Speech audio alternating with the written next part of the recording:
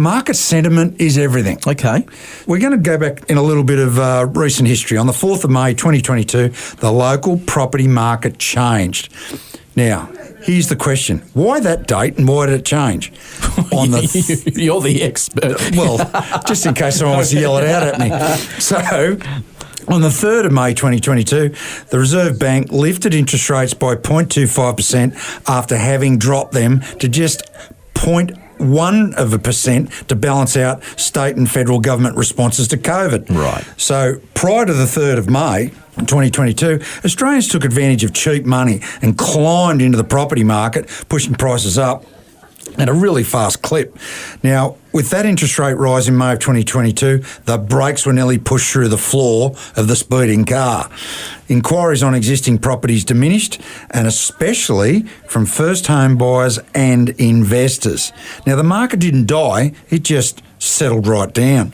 Now, you see, hot markets, they happen when first home buyers and investors compete with each other at the budget to mid-range end of the property market. That starts to push things north. Right. So the first rate rise sucked the confidence out of both buying market and the investors market, those segments overnight. I thought you were just going to say the first rate rise just sucked. Well, it did, because I knew what was coming. Yeah, they were promising more. Yep. So the first home buyers and that investor segment, overnight things changed. So market sentiment took a hit. That word sentiment, going from confidence to mild trepidation quite quickly. Yes. Then we had another 12 rises over the next 2 years. Where's those 2 years gone? It's cost us, we know that much. Yeah, it's unbelievable. But the RBA have paused rate rises for the last few months, and although they continue to threaten further rises, the global economy suggests rate drops could be on the table in the next 3 to 9 months. Fingers crossed. Don't necessarily listen to what MSM mainstream media might be telling you, or the experts, so-called. The current market has seen first home buyers and a few investors dip their toes back in the water. And that trend should continue while the RBA keep their fingers off the up button. So a slow drip back to confidence? Maybe. I would hope so.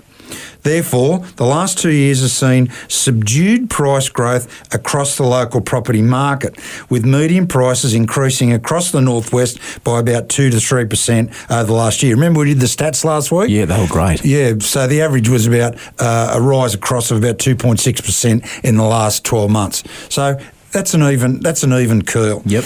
Now, the state government has introduced some incentives to get more first home buyers back into the market and instill some confidence, and they are. Genuine first home buyers are now exempt from stamp duty on the purchase of a home up to the value of $750,000. So, previous first home buyers, the situation was they paid only 50% of the applicable stamp duty. Okay. Now, This is still a nice chunk off. It was a nice incentive, for sure, but now there's none. There's no stamp duty.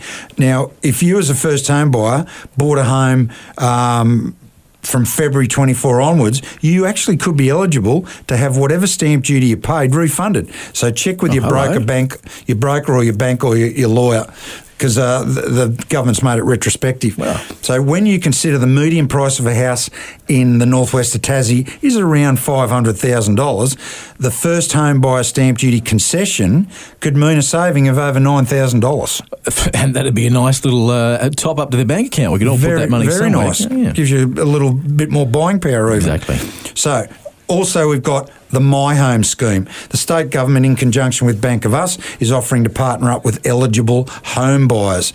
Now, if you can stump up 2% of the purchase price of a home, the government will contribute a portion of the purchase price that is repayable, and the remainder required will come in the form of a normal mortgage through Bank of Us. So Google My Home or have a chat to Bank of Us. This isn't a paid ad, it's just what's going down. It's called the My Home scheme. Okay, interesting.